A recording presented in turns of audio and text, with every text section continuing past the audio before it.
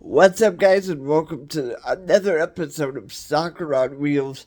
I'm your host, Jeremy Rica, and today we're going to talk about a couple things. We are going to talk about club soccer as well as rec soccer, and the benefits of both of them, and what to look for when you're choosing a club for your son or daughter. And I'm going to give you a few tips to make your life a lot easier when you are trying to find the right club for your son or your daughter. We will also talk a little bit about microsoccer. And first of all, I want to give a big shout out to Eric for doing that interview yesterday. Listen, you guys who know me, and there's a lot of you who don't, but you guys who know me know that I'm really big in the world of indoor soccer. And I will tell you that Eric, along with Nick Vassos there in Kansas City, are two great, fantastic people. And if you've never seen the sport of indoor soccer, I highly recommend that you do so. If you want to learn more about the world of indoor soccer, one of the best places to do it is go to Facebook and search MASL Off the Wall, and you will find a great page that will help you learn more about indoor soccer. We talk about all kinds of things from, scores. I update the scores every week. I make predictions. I'm so excited to start my video predictions starting this season. But I highly suggest you look on that page and become a member of that page. Greg Suddy, who is a great friend of mine, he runs that page. He's absolutely fantastic. But it's a great way to learn about the sport. But anyway, let's get back into why we're here and talk about club soccer. The first thing I'm going to tell you is club soccer is a commitment, right?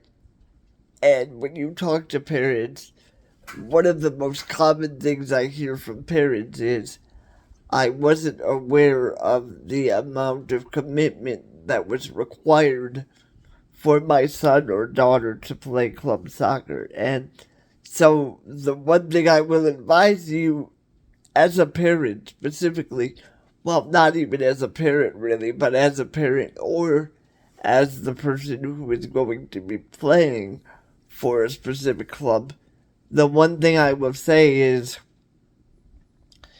be aware of the commitment. Be aware that you're going to go to tournaments and you're going to go to different events.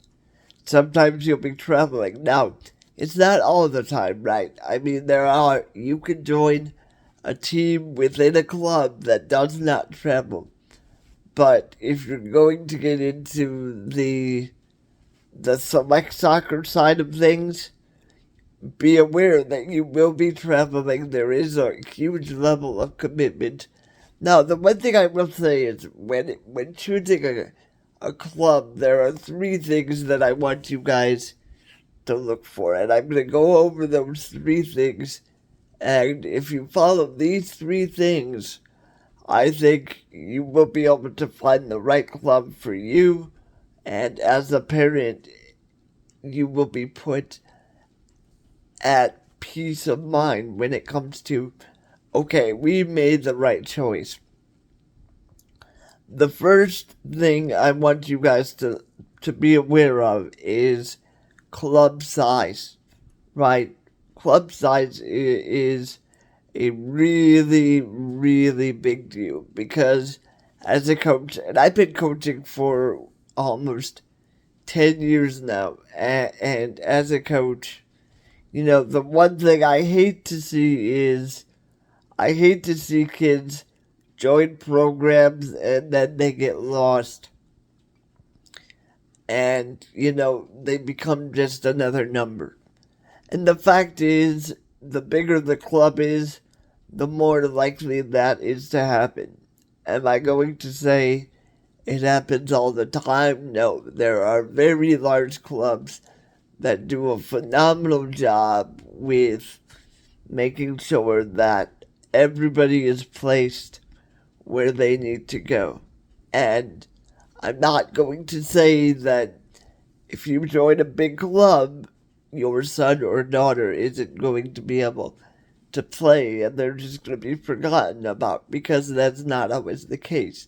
I'm just saying that depending on the club, it does happen every once in a while. So I need you guys to really be aware of the size of the club that you are looking into.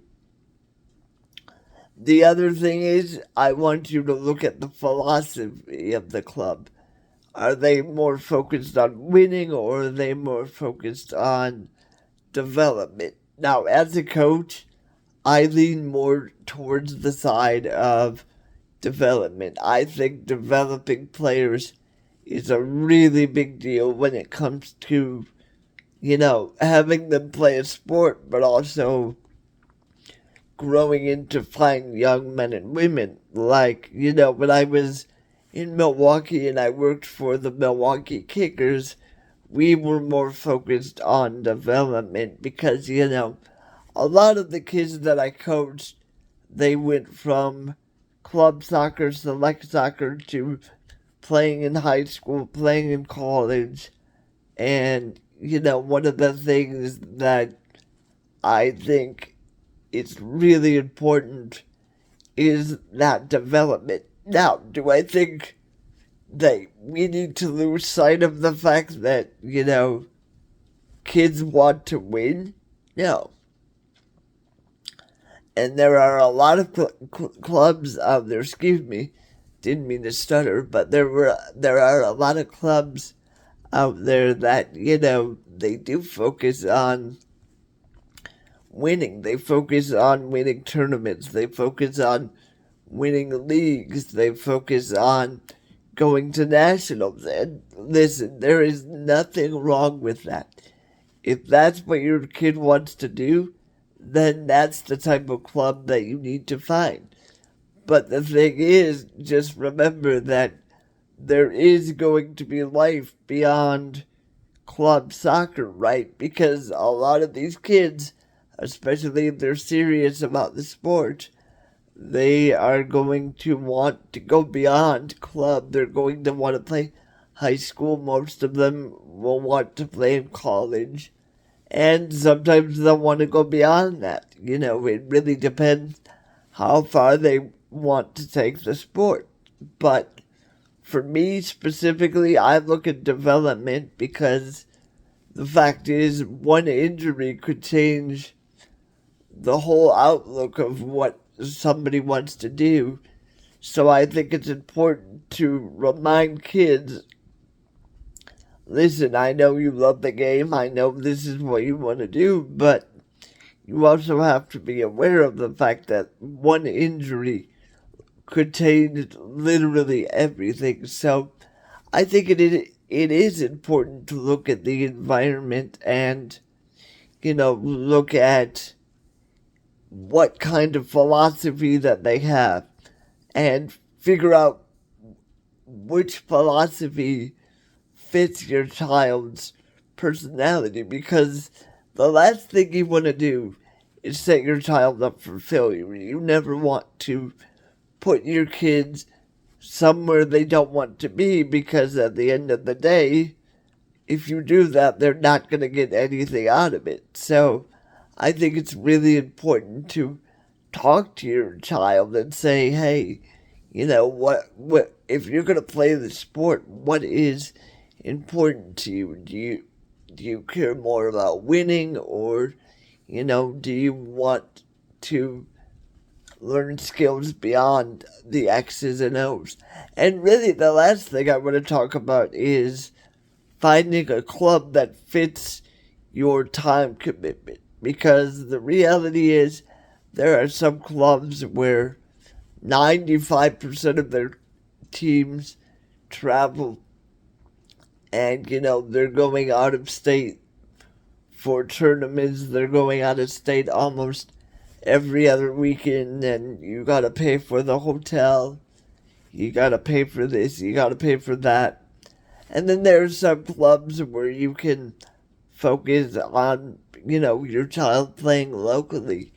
It really depends on that level of time commitment that you have. But I think it's really important to be aware of that, because the reality is most of these kids, up until they turn 16, they don't drive. And most of the time, when they go to tournaments, they're going as a team, which means the parents are usually going too. So you really need to be aware of the fact that if you choose to go the route of select soccer, it's one of those things that you have to be aware that you're going to be traveling, and there is a level of commitment.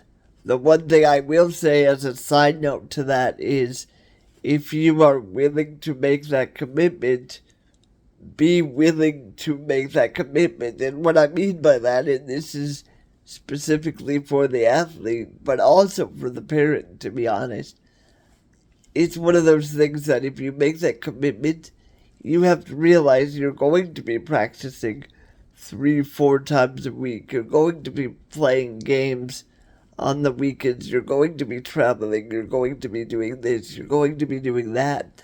And the reality is, I can't tell you how many times as a coach that I've heard, "Oh, well, I'm sorry I can't make it to practice," or "I'm sorry I missed the game, but I had to do this with my family." Look, the fact of the matter is, I'm not naive to the fact that things happen, right? Things happen in life that we have to take care of. Things come before soccer, things come before any sport for that matter. I understand that. But what I need you to understand as both the athlete and the parent of the athlete is that when you make the commitment to something and you are unable to abide by that commitment, it makes our job as coaches really difficult, because I can't tell you how many times we've had 5, 6 players at practice because, other players had commitments to this or that, and it makes it where it gets to the point where you don't even hold practice, because at the end of the day, what are you going to do if 3, 4 kids show up? There's not much you can do as coaches, or, if you're going to a tournament and you have one substitute, like, that makes it very difficult, because now essentially you're running most of your kids ragged for 80 minutes. So it's one of those things where I would caution all of you to be aware of the fact that if you're making that commitment, you're making that commitment, and it's not one of those things where, you can just not show up to things. And here's the other thing, too. It's expensive, right? And that's why I talked about affordability, because at the end of the day, you don't want to break the bank, for your child to play soccer. Look, I get it. It's not cheap. But that's yet another reason why I say, listen, if you're going to make that commitment, make that commitment. Because by not having your child show up to this or show up to that, it's just a waste of your money. And the last thing I want people to do is throw away their money just because they have other things to do. So that is why I'm saying, make that commitment and be aware of the fact that when you're not showing up to things, you're letting the other people on your team down. Let's get into a little bit of talk when it comes to rec soccer. And I don't think people talk about rec soccer enough. The one thing I'm going to say about rec soccer is if you have a child who has never played sports before, never touched a soccer ball, rec soccer is the way to go, especially if they get a late start at it. Look, it's not going to be the competitiveness that you would see at club soccer, right? It's not going to be that. It's not going to be like what you see during select soccer. But the great thing about rec soccer is it's going to give your son or daughter the tools to learn the game of soccer, and it's going to give you that little bit of competitiveness that you might see at the select level. And it's a great way for them to do something and, get off the couch and stop staring at the TV playing video games. I always encourage my athletes to stay active. As I said in the first video that I ever did for this channel, I'm a high school coach too, and one of the things that really bother me is that, I see kids who, they don't do anything at all during the summer. They sit and they watch TV or they work, which is great. I mean, they're teenagers, so I expect them to work. I'm not saying that, but it makes it really difficult as a coach when you ask them, hey, what did you do to stay active? Well, coach, to be honest, not much. And then you're spending the first part of your season working on fitness because your kids decided to do nothing. So if you're looking at, something for your kids to do to stay active, rec soccer is one of those great things for them to do because it really gets them motivated to do something. It gives them that competitive drive. It gives them this idea that, okay, I have something to do other than stay staring at the screen and playing PS5. So it's a great way to do that. And the great thing is, if you're a parent, you don't have to worry about the traveling aspect of it, which is a great benefit of rec soccer because not that I know of, there's not many rec teams that will travel very far. Most of your rec teams are going to be local, and so it'll make your job as a parent very easy. I highly encourage you to, if you want your kid to play soccer and they've never played, look at your local youth leagues and rec programs, see what's out there for them, and get them into it because I think it's a great benefit. The one thing I will say is that if your child decides, hey, I like rec, I'm really good at this, I want to go play club soccer now, that's great. That's actually what we want. But the one thing I will say is be prepared as a parent for there to be a fairly large learning curve when it comes to going from rec soccer to club soccer because there's a lot more structure, there's a lot more rigid, I can't say that word, I apologize.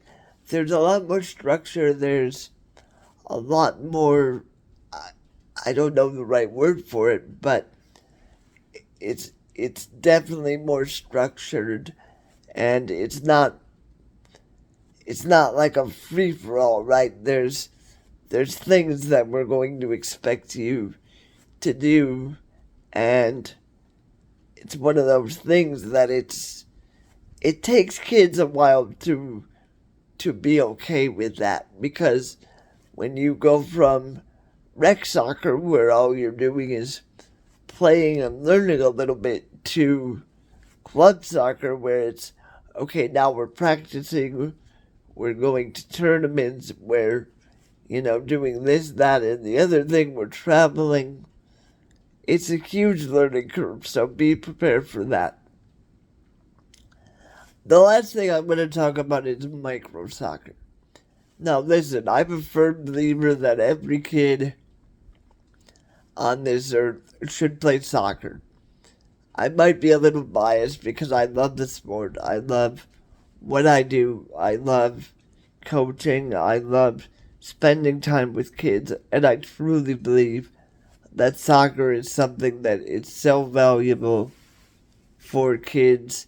I truly believe that kids should pick up a soccer ball and start learning as quickly as possible and as early as possible. And the great thing about microsoccer is you can start doing that when you're as young as 3 years old.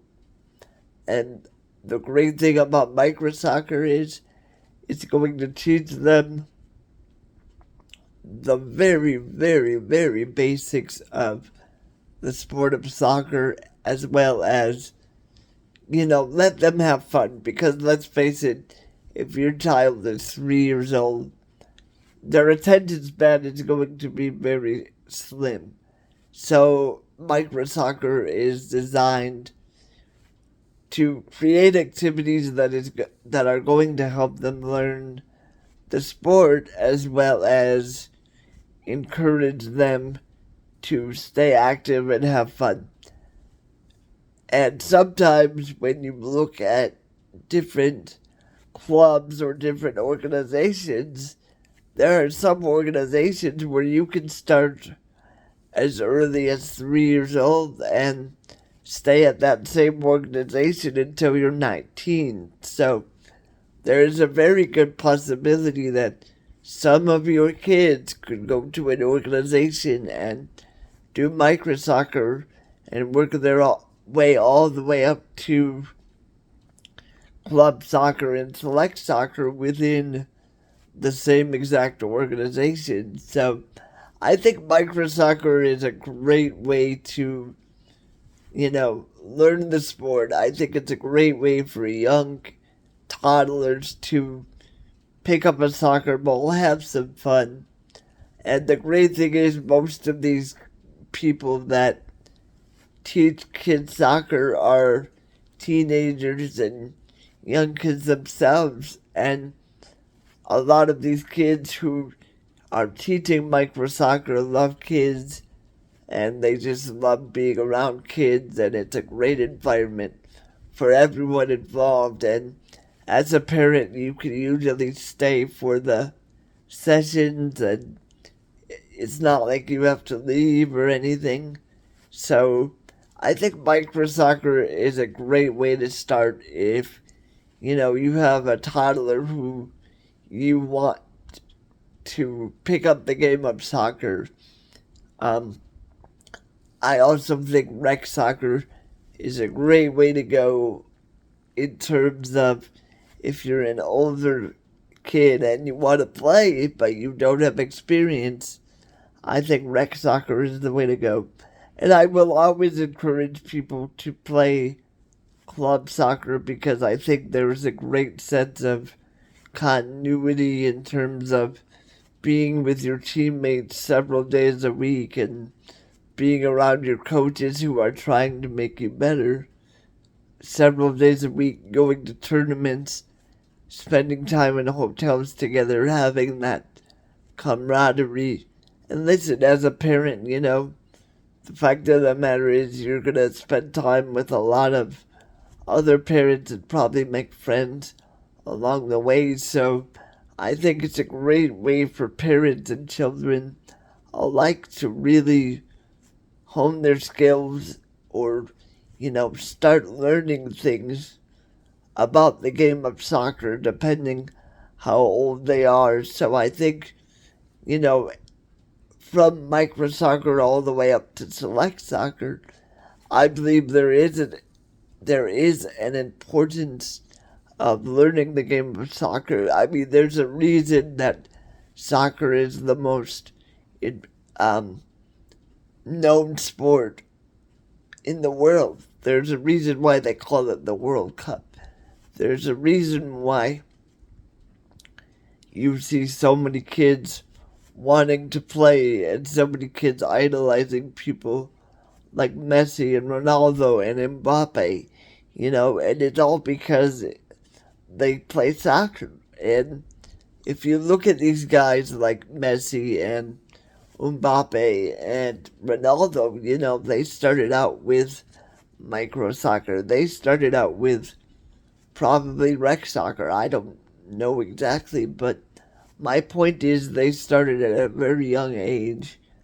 And I think that's so important because, it's obvious not every kid is going to turn out to be the next Messi or Ronaldo or Mbappe, but the fact of the matter is there's so much more to it than just playing a sport. It's that level of camaraderie. It's that level of turning kids into great men and women because unfortunately it's a sport, right? So if you get injured, you need something to fall back on, and that's what's great about so many clubs out there is they teach that development so that kids can turn into great young men and women, and they have something to fall back on in case of injury, in case of something coming up. So I think, soccer is important in general, but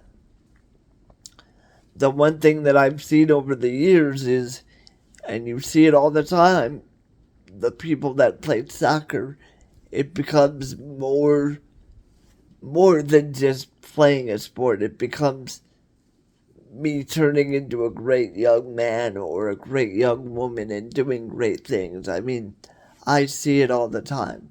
So I believe there is such an importance for kids to start at a young age, and I believe the best way to do that is through microsoccer. Work your way up to rec soccer, work your way up to select soccer college, and so on. But for parents, do your research. See what's out there for your kids to start. And you know what? It's going to benefit them in so many ways. But that's all for today. I hope you enjoyed this video. I hope it was informative. If you have any questions at all, you can email me at socceronwheelswithjeremyrika@gmail.com. If you like the video, please like and subscribe, and I will see you next week for another video. Take care, guys. Bye-bye.